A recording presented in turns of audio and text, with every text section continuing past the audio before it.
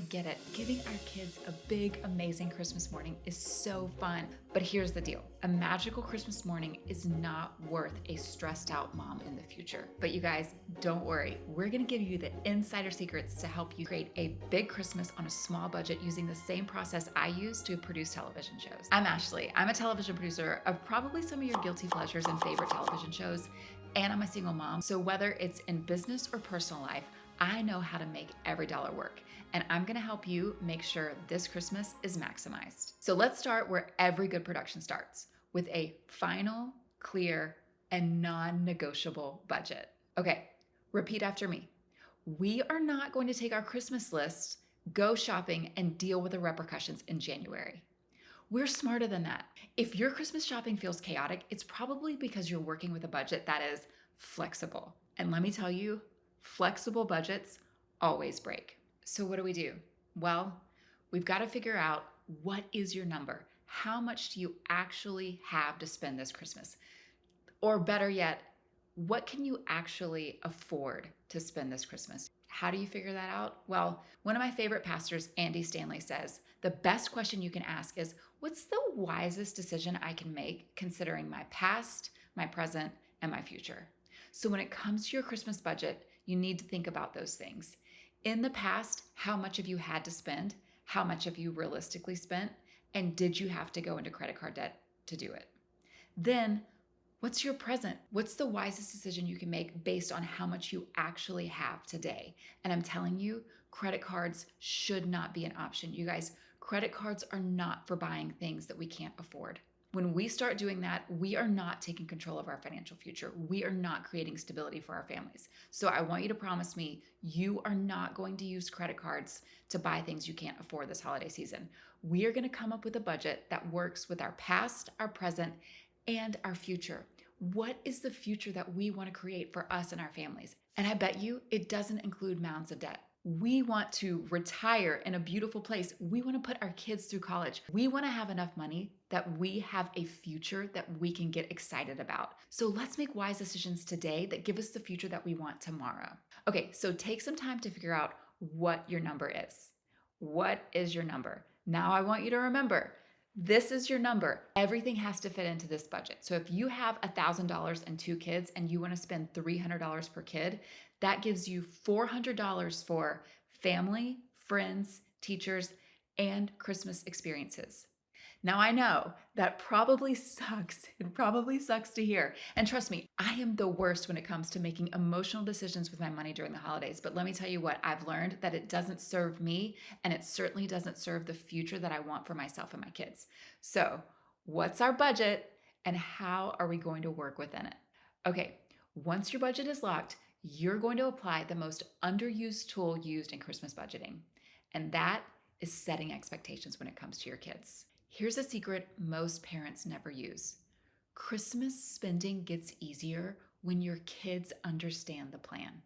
You guys, as your kids are talking to you about all the things that they want for Christmas, use it as an opportunity to teach them about money. Help them understand what budgeting means. Not in a way that makes them live in fear, thinking, oh my gosh, we can't afford all the things that we want for Christmas, but in a way that sets realistic expectations. And you guys, one way that I've done that with my kids is by giving them their own little debit cards. And throughout the year, every time they want something, we save up for it. You guys, this year, my daughter wanted all the bells and whistles for one of her American Girl dolls. And I told her, if you want those things, you have to save up for them. So over Christmas, holidays, chores, you name it, she put her money in her little debit card and she saved and saved and saved. And when I took her to the American Girl doll store, she got her doll 3 outfits, got the doll's hair did, got her ears pierced. She did the whole shebang to the tune of almost $300.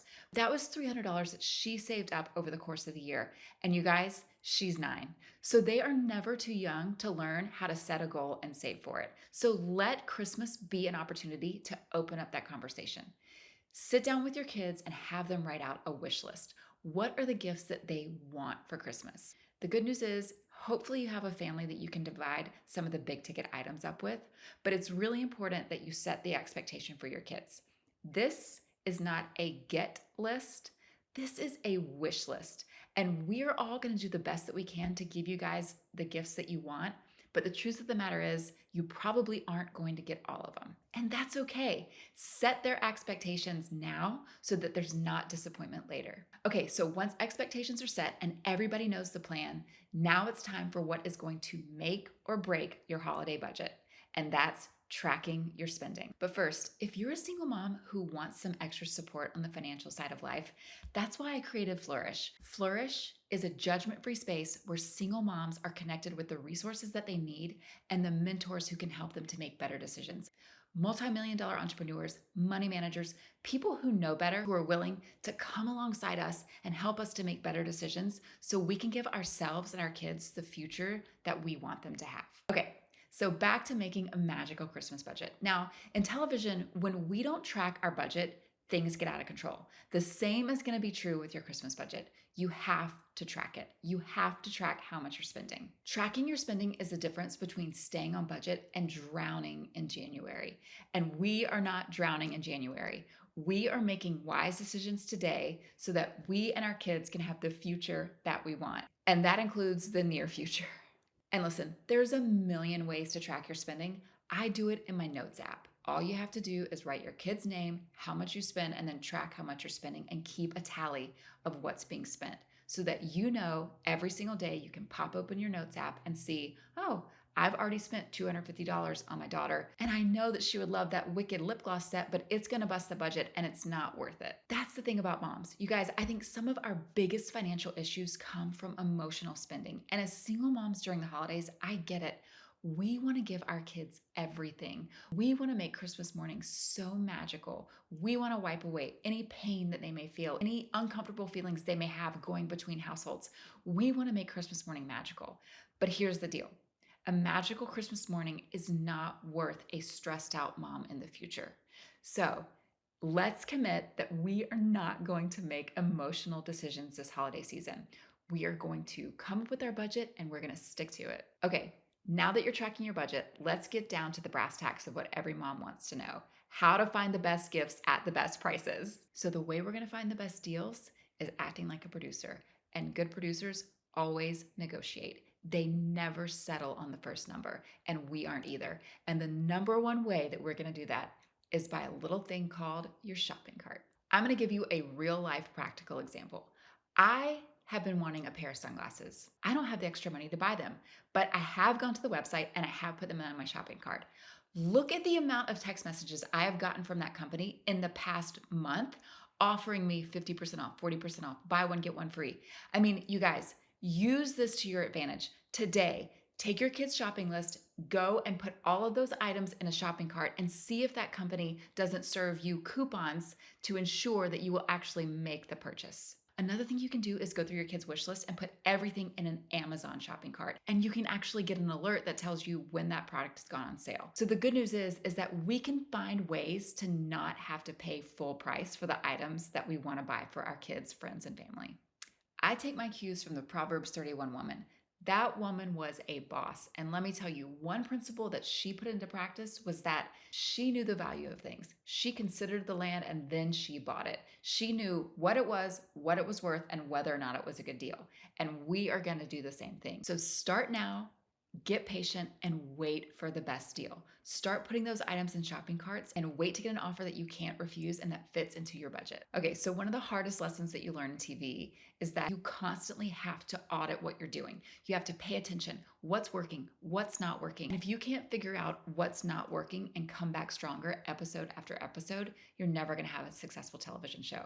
And that principle applies to your budget. I hope that all of this information will give you the Christmas that you want. But here's the thing. Here is probably the most important thing. After Christmas is done, after all the feeling and celebration and excitement is over, it is so important for you to sit down and determine what worked and what didn't work.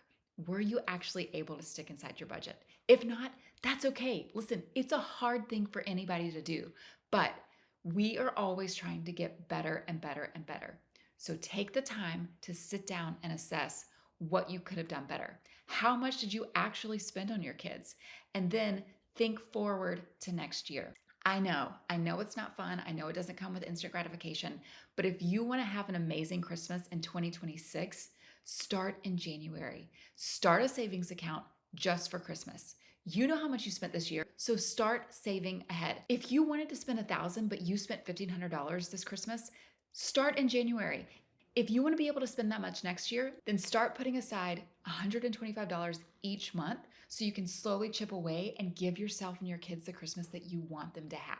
Now, I do want to say Christmas is important for a lot of us, and giving our kids a big, amazing Christmas morning is so fun, and it's a tradition for a lot of families. But I do want you to consider that if you could save $125 every month for your kids' Christmas, how much more could you do if you were investing $125 a month? Making your money work for you instead of hoping and praying that something is going to change down the line. Planning and budgeting isn't just for giving your kids an amazing Christmas. Planning and budgeting is for giving yourself and your family the stability that you need for the future that you want. I haven't always been wise with my money. When I was going through my divorce, I made a lot of financial mistakes that I deeply regret. And it took a lot to get me back on track. And I know I've mentioned Flourish a couple of times, but it's a resource that I created out of my own need. I am an educated woman. I have a great job, but I did not have financial literacy, and it put me in a pit. And I don't want you to get in that same pit. That's why I created Flourish. I want to connect you with multi-million-dollar entrepreneurs, money managers, people who have done wild things in their businesses, who know how to manage money, who know how to make smart decisions so that they can partner with you to create the future that you want for you and your kids. Because I want that for myself and I want it for you. And as single moms, I know it's hard. It's hard because we feel like we're alone, but we're not. We are able to do this in community. There's a link below, so come and join us and let's make single mom life a little easier.